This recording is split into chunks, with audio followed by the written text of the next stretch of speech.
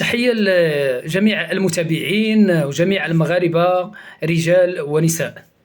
غادي نشوف واحد لا فيديو ديال واحد السيدة اللي كتهين المغاربة، ولو أنها كتوجه يعني الكلام ديالها لشخص فقط، وإنما على مواقع التواصل الاجتماعي كتعتبر أنها كتوجه لجميع المغاربة. غنشوفوا هذا الفيديو هذا ونعاودوا نرجعوا ليها باش نقدروا نقدموا لها نصيحة فقط. الشيء اللي طلعتو دابا بزاف عليك، عرفتي باش توصل للسعوديه الشماتة اللي طلعتي دابا انت وهذاك خاصك مسافه وخاصك سنوات ضوئيه باش توصل ليهم. سمعتيني؟ ما انت قاري، ما انت واعي، ما عندك مستوى. أول حاجة هو أن الرجل المغربي والمرأة المغربية فوق راسي وفوق عيني.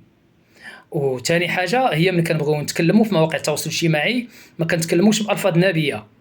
وثالث حاجة هو أنهم كنبغيو نتكلموا كنوجهوا الكلام ديالنا بشكل مباشر، ما كنديروش مقارنة بين الرجل المغربي والرجل السعودي.